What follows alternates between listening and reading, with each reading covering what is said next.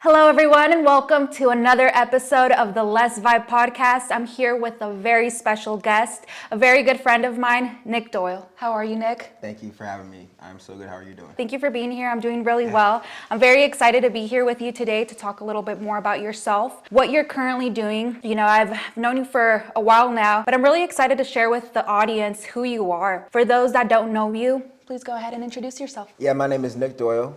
Very nice to meet you all. If we see each other in public, please come up and say hello. I'm nice. I'm genuine. I like meeting new people, and it's odd because we met kind of soon when I originally came to Reno. I think it was pretty quick. We both kind of joined the industry at the same time. We're speaking of news reporting. We both news report together, and how I got out here is interesting. Grew up in San Diego and earned a Division I scholarship in lacrosse to play at the University of Maryland, Baltimore County. I didn't know exactly what I wanted to do in life to start. I knew I had a passion to entertain and inform or galvanize audiences. And I decided to do media and communications as my bachelor's degree. How'd I end up there? My mom, I was like, Mom, what am I good at? Oh, Nick, you could try this. I was like, I don't know, Mom, I just like to talk. Okay, let's do media. And it's nice because the media landscape has shifted so much that you can have a malleable bachelor like that, which is good, and it ended up working out. Then after that, I got the master's degree in broadcast journalism to try and come to this market in Reno and compete with people like you. So it's been good. It's been good.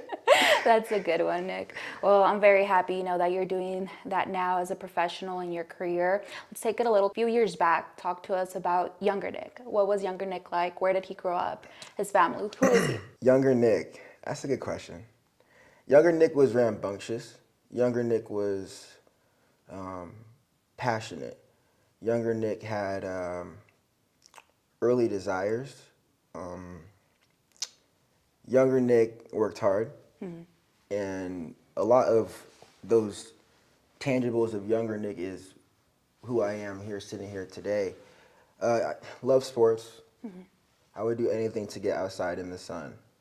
Of course, I would do my homework, but it was really like I liked PE, liked recess, liked getting home from school and doing sports.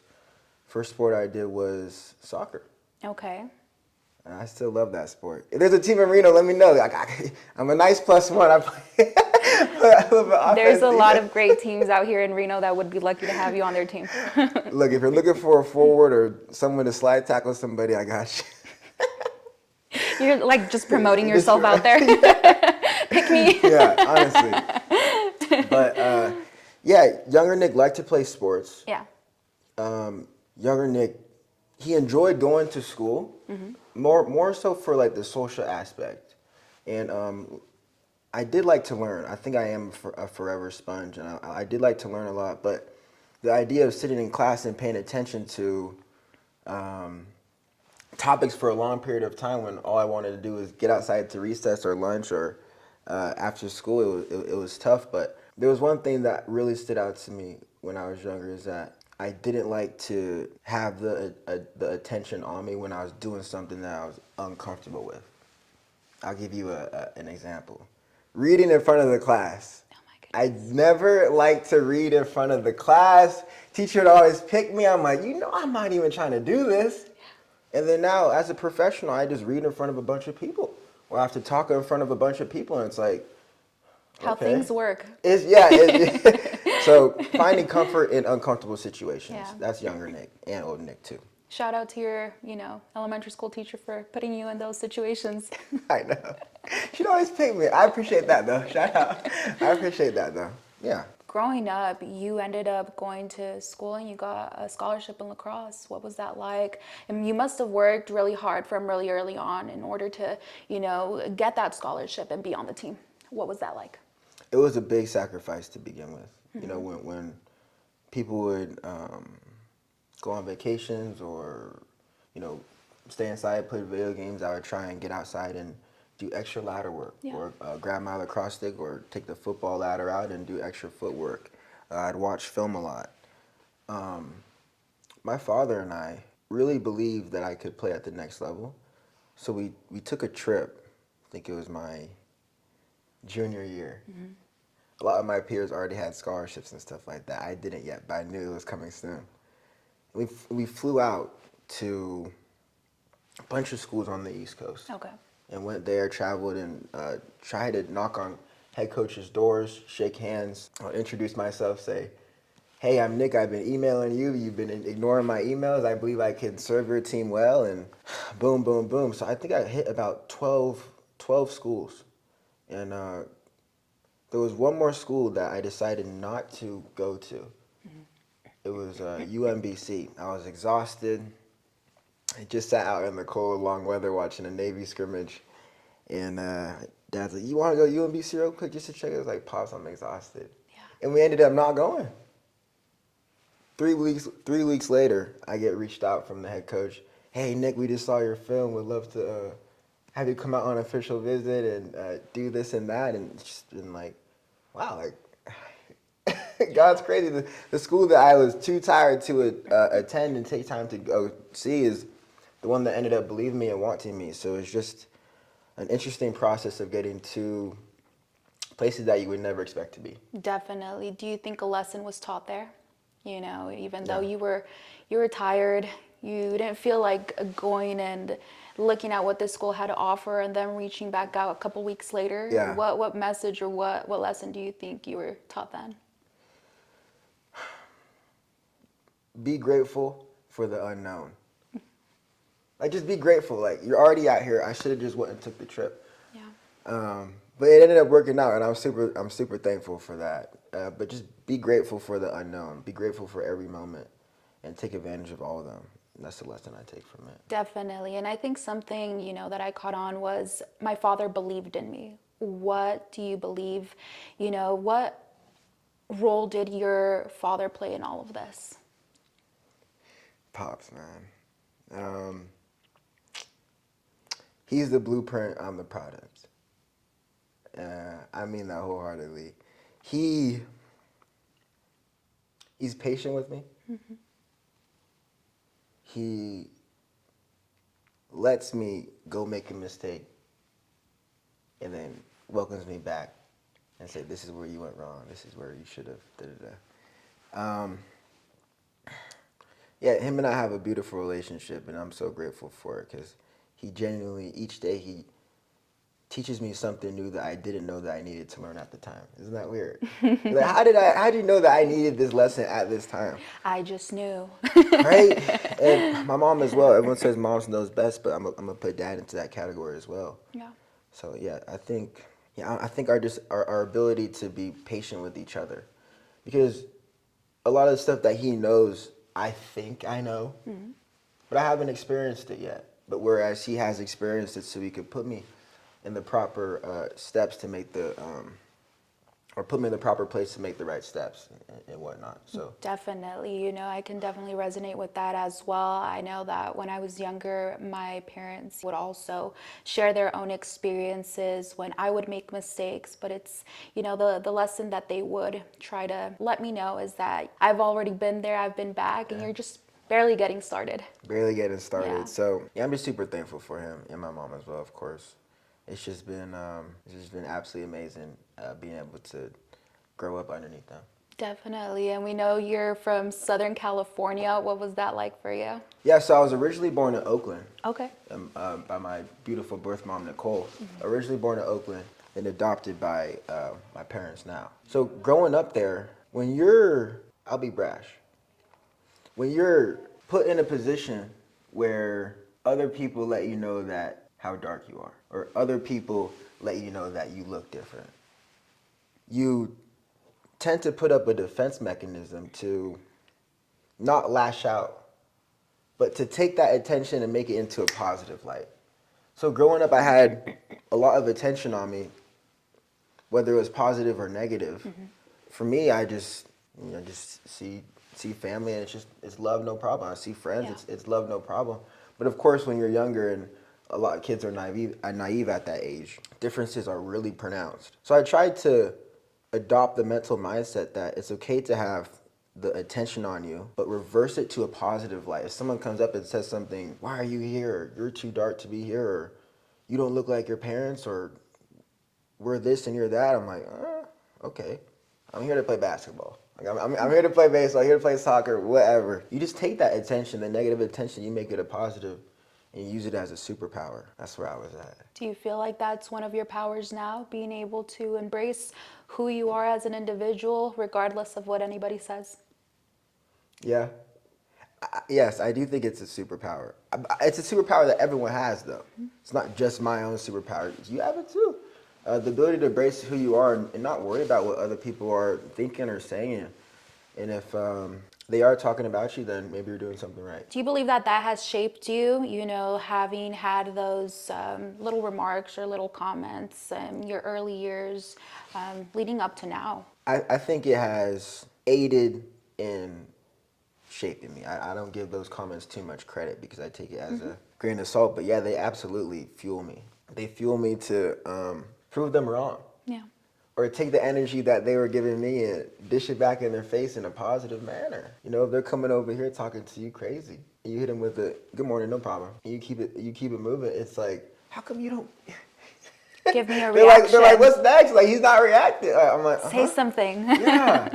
So they want me to match that energy, and I'm not going to match it in that category. I'm just going to hit them with the reverse, you know what I mean? Yeah, and reverse and reverse and Yeah, reverse. exactly. But yeah, it certainly has helped shape me, but I think it more fuels me than anything. I think it fuels me to perhaps prove them wrong or prove myself correct or just make sure God's proud of me. Definitely. And I think that's the beauty of, embracing who you are as an African American. That's very beautiful for you to do that for yourself. I certainly lead with it. Yeah. I lead with it in a positive light. Like, you can be so negative about the person that God created you to be, or you could just wholeheartedly embody it Exactly. and make it yours. Like, I lead with it, you know? Yeah, lead with it, but don't pay attention to the stereotypes. Be yourself. Yes, I love that message. What can you tell me about college years? What were those like for you? Were those the fun times? You have to share some of that, some of those details, some of those insider college days details. You want details. So from growing up in San Diego and then going out to Baltimore, Maryland, it was a culture shock.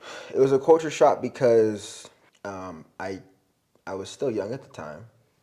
I wasn't going to be around my family. So I really had to grow up quick within my own skin.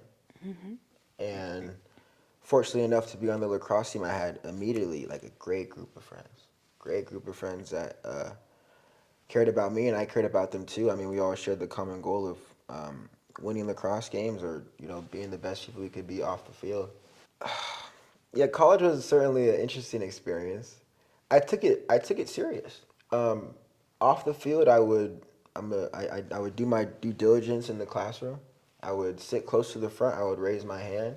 I'd still wear my lacrosse gear, but I wanted to change the narrative of student athlete, right? When they say, "Oh, student athlete, like probably gonna miss class, might show up looking unpresentable," in my head, I was like, "I'm gonna change all of that, change all of that, and try and inspire my peers to do the same." But yeah, I had a great group of friends. Many of them I still keep in contact with today, and we could just send simple texts back and forth or drop a meme or a memory, and all the nostalgia comes back, and I'm genuinely grateful for all my teammates and friends that I would meet outside of lacrosse. But yeah, on the field, the only way that my parents could really see me is if I was getting playtime. So I just did my absolute best to be the best lacrosse player I could be. That was like, if mom and dad want to see me, I got to get on the field. So it's that was definitely fuel for me. That's so exciting to relive what you experienced then. I'm gonna run it back a little bit just to know more about that moment when you received that notice that you were on the lacrosse team and you received that extended offer to come out to Maryland. I couldn't believe it. Because it was late. It was in my senior year. It was like one of the last couple of weeks where you were able to sign. I just remember crying with my father. I was like, "Dad, we did it." I was like, "Mom, Dad, we did it. Like, UMBC says they like me, they believe in me. It's an honors college. I'm going. That's gonna set me up for the future. Mom, what are we thinking? Cool, media communications. I was just like, a lot of emotion came at once. I was ultimately sharing tears of joy with my family and myself because of the sacrifices I would make. Might have been a phone call with the head coach at the time, or he still is the head coach, Ryan Moran. But I think the interest in me came more so from the defensive coordinator, Jamison Kester, who's a phenomenal coach. He now coaches defense at Johns Hopkins, another great lacrosse school. But yeah, getting that text message or that call, the conversation we had, saying that there was confirmation that other people in the world believed in you, it was just like, thank you so much, God. It was amazing. Yeah. Amazing. What was it like? Did you already know that you wanted to go into media communications right off the bat, or what led you towards, wanting to pursue that career once you stepped foot into university? Perspicacity. One, like earlier I was giving credit to my mom for saying, Nick, you're good at this, you're good at that. I was trying to do media communications, but perspicacious enough to know that media is going to be the way. I mean, we all pick up our cell phone or whatever and we put it onto the internet. Yeah. I thought it would be the most successful way that I could use my talents is to do media and communications. But I had minors in entrepreneurship. I want to be my own media company. I want to be my own boss, you know what I mean? Yeah. One day, absolutely. And then I did minors in American Studies too, so I just try and combine a bunch of skill sets that I thought I needed to move forward, and it ended up working out. But I don't know why. I don't know why I typically settled in on media and communication besides the fact that just felt like that's what worked for me. Just worked for me at the time. Did you enjoy it? Yeah. Going through the courses, your professors, the peers that you got to meet along the way? What was your experience like at the journalism school? The journalism school at University of Maryland, it was a big pond to walk into. It was such a larger school than UMBC, and I went in there with the pure focus to get the master's degree and, land a job after that. I needed to move quick. I've always wanted to just move quick through it. Like, I have to get this done to move to this step. It was a culture shock as well. A lot of intelligent people. I didn't initially understand the significance of journalism until having to study it and adopt the thinking of people who have done it before me. I like the idea that there's such a variety of professors and a variety of ways to get the story done. Yes. I enjoyed the tools that they were able to put into my toolbox. I liked it. I liked the journalism course. So you did your undergraduate, and how long after it was it that it took for you to, finish with your master's? Yeah, undergrad took 4 years. Master's took a year and a half. Okay. So it was 3 semesters of just grinding. Definitely. And like you said, you're someone that wants to do something right off the bat, back to back. Yeah, I need to get it done. I have duties to fulfill. I just like to, I like to stay focused on it. Excuse me. Yeah, I know that you Southern California over to the East Coast, and then we're now here in Reno. Where does Reno come into the picture? Yeah, Reno and I chose each other. I absolutely love it here. I think it's a beautiful place. I mean, we get spoiled with Lake Tahoe right there. We get spoiled with the views of the mountain, and we get spoiled with the nice city landscape. There's beautiful people here as well. Reno and I chose each other. Very thankful to the news director for the opportunity to come here. But it's closer to family. Definitely. It's closer to family. The East Coast, it was just cold. I knew Reno was going to be cold, but not as long as it is on the East Coast. Not every day, or, right. for long periods of time. Yeah. So yeah, Reno and I chose each other, and I'm super thankful for it. It's closer to my family. I have family who lives in Sacramento as well, so it's good to be a tight-knit family close here. It's good. And do you visit your family, down in are they still in Southern California, over up north? Yeah. How is that like for you, having them a lot closer? It's been good. I wish I could make it home to San Diego more, but something about it's tough to get time off or take time off. I just am addicted to working in a sense. I like to show up to work and feel like I'm fulfilling my purpose.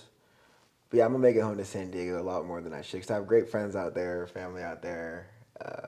It's tough to find time to visit, but I'm gonna do a better job of that moving forward. Definitely. He already said so on here, so he promises everybody out there that's watching and knows him personally that he's going to make it out there. San Diego, I'm coming home. I'm coming home. That is funny. What can you tell me about coming to Reno? Was it a culture shock as well? What was that like for you? And, you know, establishing yourself here. I know you've been in Reno for the past 2 years, is what you've said. What has that been like for you? Is it different than what it was back home in San Diego and then over where you went to school? What's the difference that you've noticed so far? Or if any, you know, if there's any difference at all? It's a good question. For me, I base my experiences off like people I know or people I've met. It could be whatever city, time, place, it's fine. But what really shocks me is the different types of people from these different locations. There's some neat people out here. Like everyone I run into, they always have a different story to tell. It seems like it's a transient town. Like most people are, oh, I'm here for work and then I'm heading out, or I'm just here for the weekend and I'm heading out. It seems like it's attractive to young adults. A lot of people come here for work. So when I came here with a focused mindset just for work, it was kind of easy to assimilate for the professional side of it, tough to assimilate to the society side of it. In what way? I'll start with professionally. It was nice because I came here to work. This is why I came here, so I had a sole purpose to be good at that. If you find yourself putting too much time in your profession, your social life gets negated. You know, you don't open up as much time. You don't see it as a priority. So when I first came out here, for about the first 5-6 months, you know, I had a good group of friends, but I was really just focused on like getting good. I also had a 2 a.m. wake up, so it wasn't like I had the luxury of staying up too late at night while everyone else was. That was when I was on the morning show. You were doing morning news. Yeah, it was great. I think I was on there for the first 7-8 months, and it was absolutely fantastic. It was fun, but I like it here. People are nice to me in public for the most part. People are always respectful, and I appreciate that. Yeah. Talk to us a little bit about your news life, since that is a huge topic of conversation. What has your experience been like as a news reporter here in Reno? Work side or like at work just in particular? In particular, Okay. yeah. Every day is fast. You wake up, you do your research of what's going on nationally. You're trying to find a way to localize that for people within the community. I think that's one of the uniqueness about local news. Like you could get the national angle of whatever they want to purport, and you get the chance to localize that and make that relatable for audiences here in Northern Nevada. Yeah, I know that I just recently bumped into you about the measles cases, right? That were happening around the not here in the area of In Texas and in other small part places in and other Texas. states across the United States, and we bumped into each other there at the health department because we were both covering the same story for some particular reason. I think you just, you know, I don't know. That was a funny coincidence. I mean, it's always nice to see you out in the field. I think that's one of the reasons why I like reporting in Reno, is because a lot of the reporters are nice. A lot of the photographers are nice. Like us getting the same information doesn't affect the audience. It's for me, it's like it's the viewer's choice, whoever they want to put on. They want to put on whatever channel they decide they can. The consumers have a choice of deciding what they want to watch. Yeah. So I would never like try and cut someone off in an interview, or, you know, try and get the scoop too hard if it's going to sabotage relations or safety. So a lot of times when we're covering like fires, you know, you're getting information fast. You have to be able to react. I mean, the shooting we were on, the shooting in downtown that took place, I believe it was Thursday. It was Thursday. It was Thursday, right? And so I wake up, I get my hair cut. The haircut finishes up at 9:45-ish. I go into the station, and by 10:15, I'm out on the scene of the shooting. I'm like, all right, like ready to go live for the 11 o'clock show. Yeah, I remember I showed up and I just see Nick, he's ready to go. He was, Locked in, right? I know, I couldn't Locked say in. hello or anything. We were rudely cut off by that rude interaction. Rude. All right. You were telling us about your crazy experiences while you're out on the field. Yeah, I mean, there's been a variety. I'll share one right now. This happened a couple times while I was on the morning show. Most people are asleep between 4 to 6 a.m., but there's a demographic who's up with a bunch of energy, running around the streets at that time. So when you're trying to prep for a live shot and they see the camera, Yeah. they obviously come over and they're curious and they have their own story to share, which I sit there and I appreciate. I listen to them, but some of them come up and really just throw cigarettes at me. I've had cigarettes thrown at me, which, I mean. Do we know if these people are in their five senses? Yeah, that's why I don't put a judgment on it. I genuinely feel bad. Oh my goodness, that's terrible. But What'd you do that day? Did you throw hands? no. On camera? No. No. Catch me after lunch break isn't. Yeah. No, I wouldn't entertain in violence working the shift. No way. It wouldn't end in my favor. But I was out with a photographer. His name was Stone. He no longer works at the station, but him and I had a great relationship. We'd always wake up early and just get to work. We had to make it good for viewers. And we were talking about this new, I think it was some mural that they're trying to put up near City Hall. And folks came up and were saying fake news this and la-di-da-di-da and saying weird stuff that sometimes I didn't even know what she was saying to me. Like she was bringing up any bad thing that happened to America, she was bringing up. I don't know. She wasn't sober. Okay. And she threw a couple of That's cigarettes. the truth, guys. That's So, the truth. Yeah. She didn't come off sober, and I think she was having a bad day. I happened to be in a bad place, bad time, and we met via cigarette tosses. Wow. But other than that, most people in public are very nice and respectful. Definitely. I can attest to that. I've had great people come up to me, but I've also had a couple people in the downtown area definitely make some comments, and questionable, but I definitely understand. Have you had any experiences like that? It's similar, but it hasn't been like on camera while I'm filming. It's been while I've been either like walking to the destination or walking places with my camera, and people just come up to me and ask me. Yeah, I've had that type of interactions before, so it's been interesting. Yeah. Yeah, you never know what's going to take place when you're out there in the field. You just don't know. Yeah.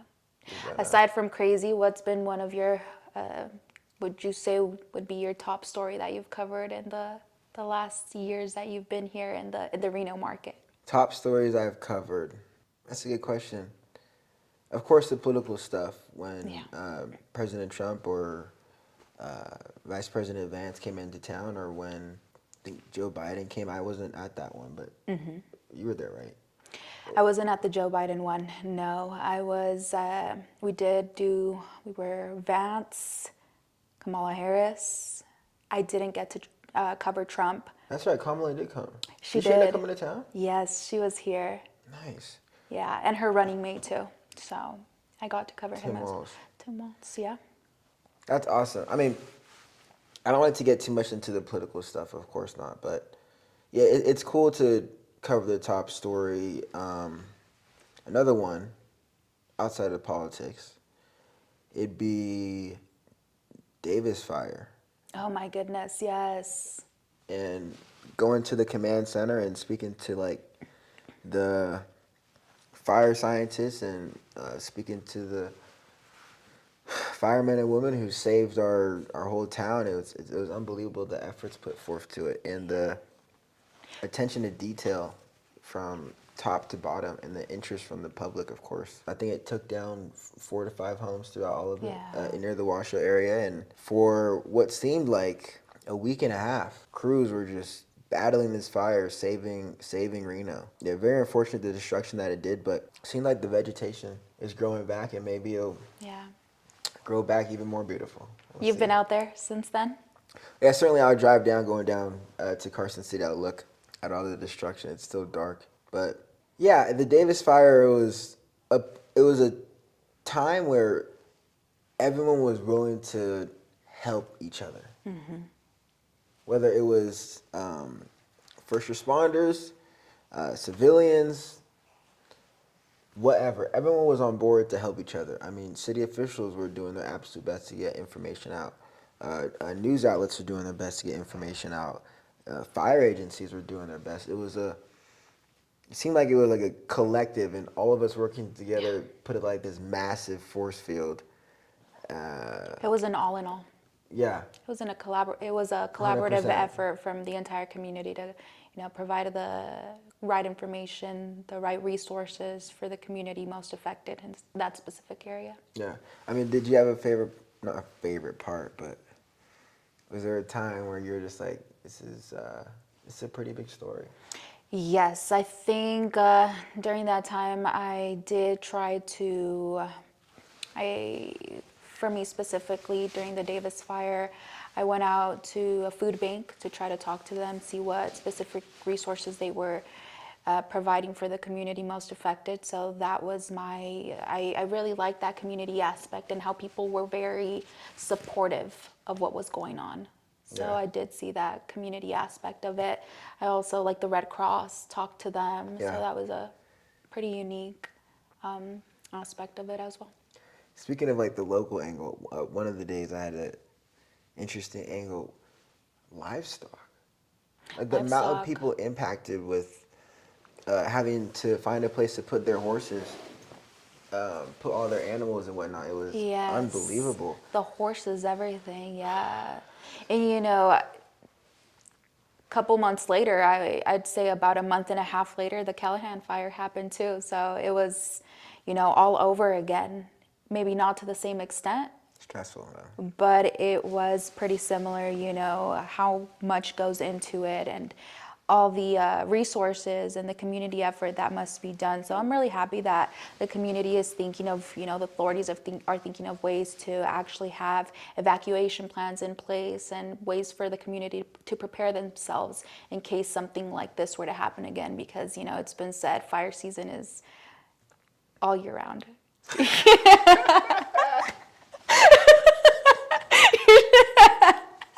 You had to, huh? All year round.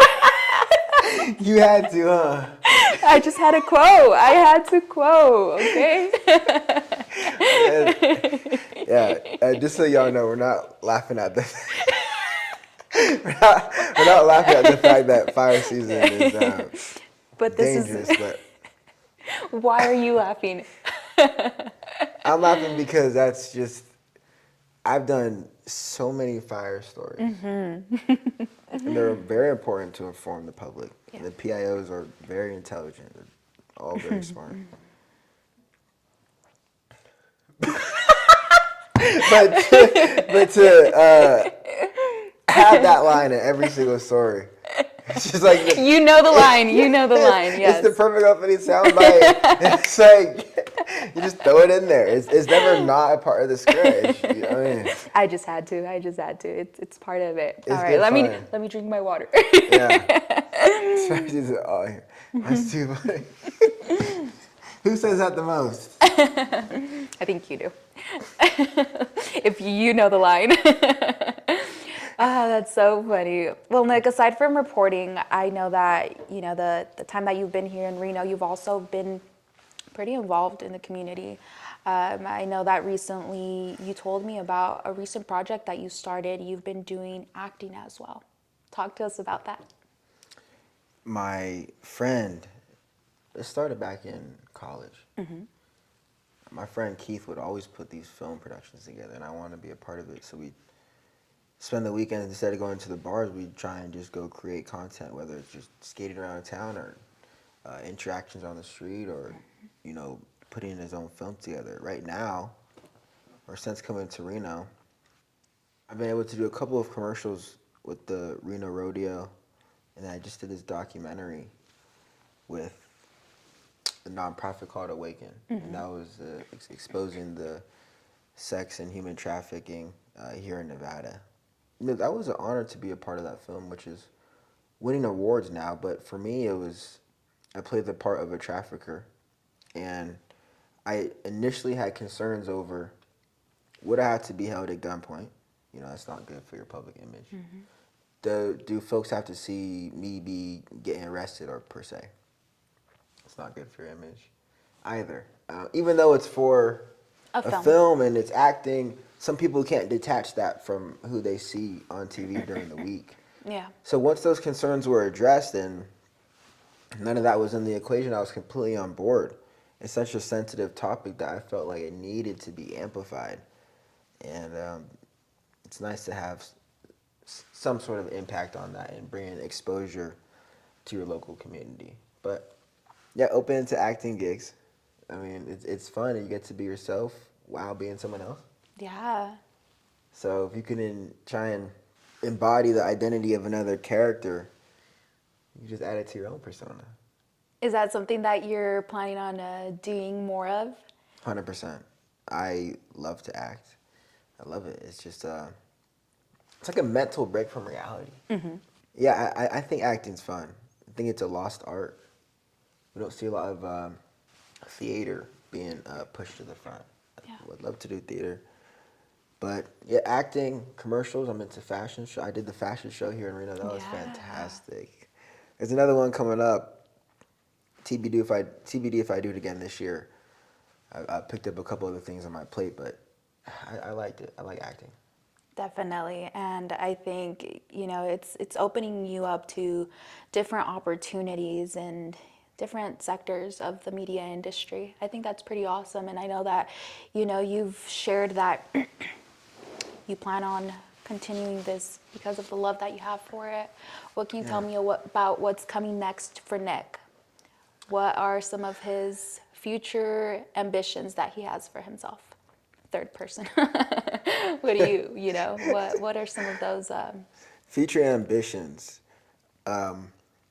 Ultimately, one day I'm going to be your favorite game show host. I love to host a game show and create something new and have people up there competing to win money, give it back to nonprofits or what have you. I think that's absolutely amazing. I want to be able to entertain.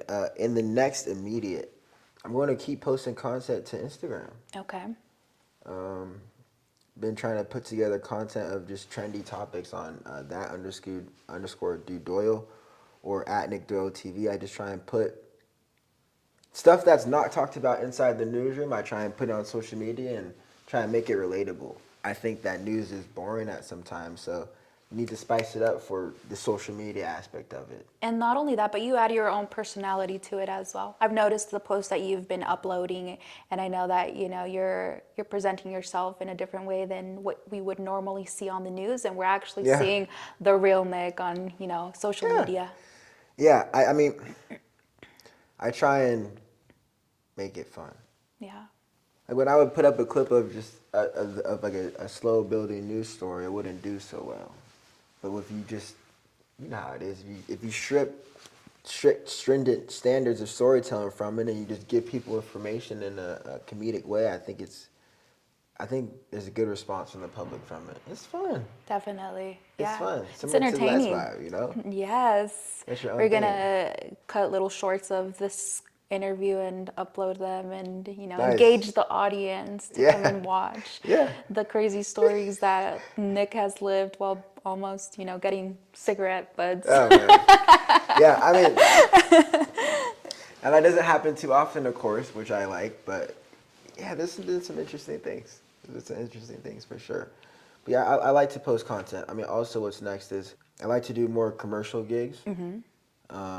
Would be interested in doing more modeling. Okay. Would be interested in anything media related.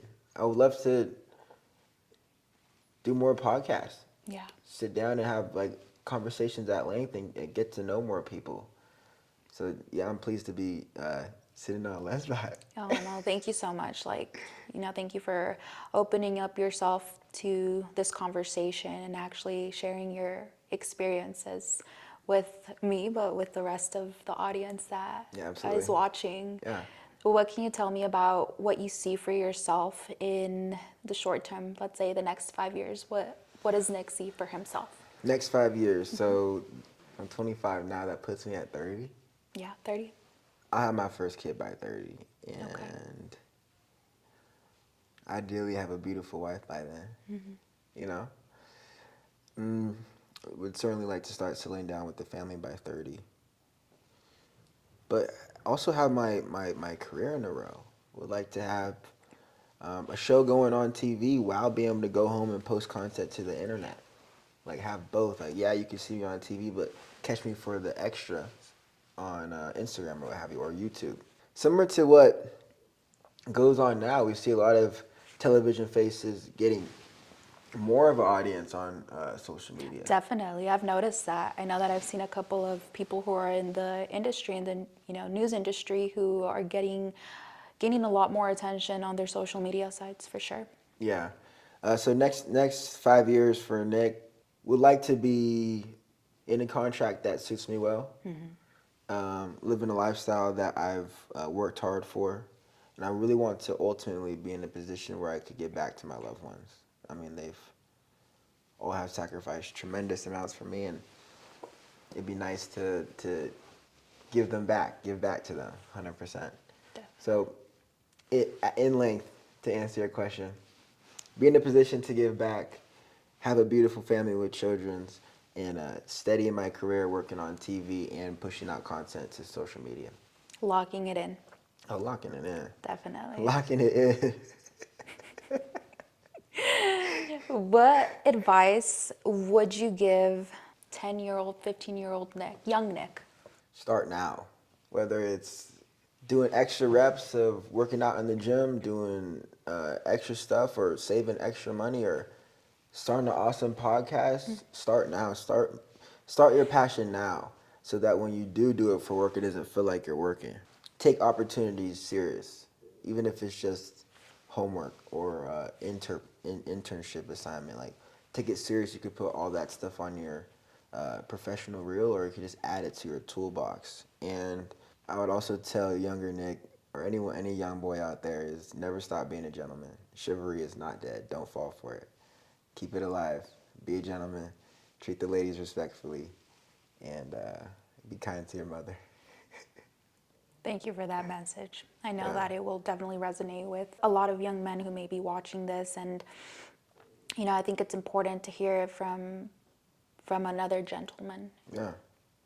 Definitely. I had a question, and I just spaced out right now because I was listening to what you were saying, and I was applauding you in my head. I'm like, yes, yes, yes, yes. It's facts though. I mean, society's trying to pull everyone so far apart just so we could argue in the middle of all of it. I'm just like, yo, be respectful. Yeah. Definitely. And for anybody who may want to follow in your shoes, let's say there's someone out there listening to this who, wants to go into sports, wants to get a scholarship, go into lacrosse or maybe another sport, what advice do you have for them? For those that may want to go into news reporting, be in the media industry, and eventually follow a similar path to what you're doing now, what is a message that you have? Yeah. Prepare yourself for the absolute worst. So when something good happens, you act like you could have been there before. Always put your best foot forward. If you hear the answer no, change your mindset for it to be next opportunity, and think about, self-reflect, and figure out what is wrong within yourself of why you didn't get that opportunity, or why she might not like you at the time, or why that doesn't work for you long range.